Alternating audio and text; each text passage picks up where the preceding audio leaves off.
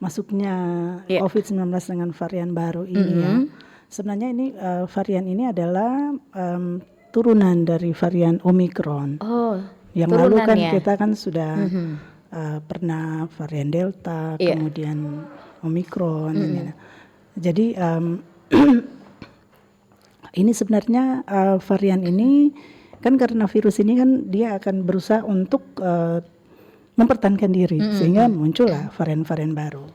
Namun memang dengan mulai tahun 2025 ini mulai ada lonjakan terutama di Asia, Singapura, Kuala Lumpur, Malaysia, Hong Kong, Thailand. Nah itu. Nah itu yang kita antisipasi dengan China juga ya. Jadi kita antisipasi untuk Indonesia. Nah memang awal-awalnya Indonesia dibanding dengan lonjakan yang terjadi di negara lain, mereka itu lebih tinggi. Nah kita di sini kenaikannya masih bisa terkendali. Masih bisa terkendali gitu ya Bu ya. Karena sampai sekarang terdeteksi 72 kasus yang positif dari 2.160 spesimen pasien yang diperiksa. Oke, di tahun 2025 ini Bu? Iya. Oke. Jadi kalau dilihat itu peningkatannya tidak begitu cepat seperti yang lalu kita alami. Aha. Oke, baik. Ini varian yang baru kita dengar juga gitu ya. Apakah ini ada gejala-gejalanya Bu? Kalau boleh orang-orang tahu juga gitu ya, semuanya masyarakat, apalagi yang ada di Sulawesi Utara pun yang mendengarkan siaran kita di hari ini, ada nggak sih Bu yang kita bisa tahu? Oh ini gejalanya, ini jangan-jangan COVID nimbus nih. Apa-apa tuh kalau boleh tahu? Kalau gejalanya hampir boleh dikata mirip-mirip saja keluhannya seperti biasa, infeksi saluran pernapasan, batuk pilek, panas, kemudian bila dia berlanjut itu yang ditakutkan kan dia bisa terjadi sesak dan bisa terjadi kegagalan napas. Nah itu yang harus diantisipasi. Artinya pertama kita mau bedakan apakah dia ini flu biasa atau flu virus, itu hampir sulit kalau kita mau bedakan hanya dari gejala, kecuali kita memeriksakan diri gitu ya, rapid test, atau kita akan periksa untuk memastikan apakah ini COVID atau bukan. Tetapi kalau dilihat gejala itu boleh dikata hampir sama. Hampir sama, batuk, pilek gitu ya. Apalagi kan cuaca sekarang di Sulawesi Utara pun juga panas, kadang-kadang hujan gitu ya. Dan kebanyakan tuh anak-anak pun banyak yang sakit, panas, flu, pilek, gak cuma anak-anak sih, orang dewasa. Dan saya pun juga ini semoga tidak ya. Yang pasti karena cuaca juga gitu ya. Nah, kalau boleh tahu ini Dok, seberapa cepat penularan varian ini Dok? Apakah lebih berbahaya dari virus-virus yang lalu? Oh ya, kalau dilihat dari peningkatan lonjakan penularannya, ini tidak seperti yang lalu ya. Jadi artinya kalau di negara kita di Indonesia boleh dikata dia positivity rate-nya rendah. Jadi masih di bawah 5%.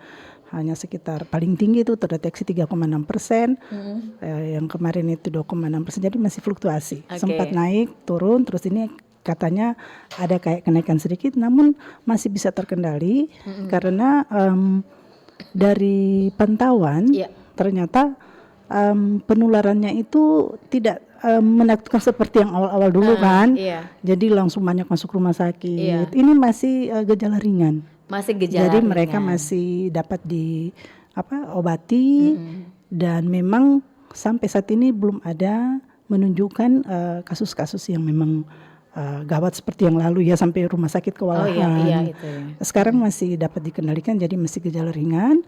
Dan juga kalau toh memang ada kasus yang ini, itu karena mereka punya yang komorbid. Jadi yang kelompok rentan, yang ada penyakit penyerta. Jadi yang ada kejadian selama 2025 ini laporan ada 2 kasus.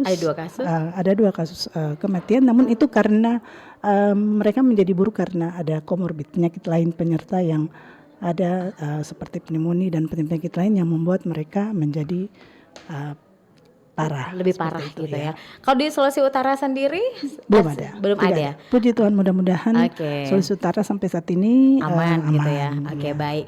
Ya Mas, ini apa yang perlu dilakukan masyarakat gitu ya dengan adanya kabar seperti ini kan Bu, jadi kebanyakan ada yang panik, ada yang santai. Masalah ini pernah kok dilewatin gitu ya.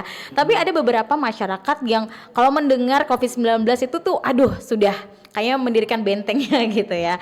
Ini bagaimana agar Ya. tidak ada menimbulkan kepanikan di masyarakat sendiri Ya, Bu? jadi dengan kita melihat perkembangan lonjakan Iya. yang ada di negara kita di Indonesia ini, masyarakat tidak perlu panik, tidak perlu takut, hanya kita tetap menjaga kewaspadaan. Jadi kita waspada, artinya bila mana kita ada terjadi keluhan yang Iya. kayaknya COVID nggak sih ini? Iya, Gitu. Jadi kita langsung lakukan inilah pakai masker kalau kita Oke. ada batuk dan kita melakukan inilah isolasi lah, artinya supaya penularannya tidak lebih cepat Iya. terjadi. Jadi kita sudah menyadari diri melakukan protokol kesehatan bila mana di tempat-tempat umum kita gunakan masker Oke, baik. seperti itu supaya penularan ini tidak semakin cepat. Jadi kembali ke diri sendiri, pribadi diri sendiri gitu ya. Kalau misalkan merasa ada gejala-gejala yang kayaknya tuh batuk, pilek, ya udah, kita menanamkan kesadaran aja, periksa aja dulu gitu ya. Ya, jadi yang paling utama itu bagi yang masih sehat kita harus melakukan pencegahan lebih baik ya. Betul, Jadi betul. kita melakukan perilaku hidup bersih sehat dan protokol kesehatan yang sering sudah kita lakukan dan sudah menjadi perilaku kita kan. Karena ini COVID ini kan yang lalu itu pandemi, Iya. tetapi kan sudah menjadi status endemi. Jadi sudah seperti flu biasa saja. Iya, Nah, betul, cuman betul. yang kita harus antisipasi bila mana terjadi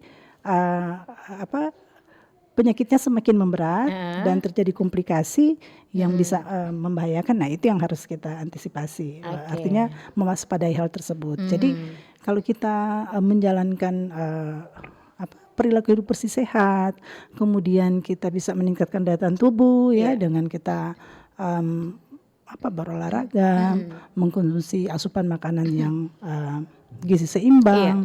Tentunya saya kira kalau kita melakukan meningkatkan daya tahan tubuh dengan baik, tentu kita bisa tetap sehat. Oke. Karena ini kan penyakit virus kan, jadi daya Oke, tahan baik. tubuh ini sangat menentukan. Jadi pencegahan dini itu penting gitu ya dari diri kita sendiri juga gitu ya Dok ya.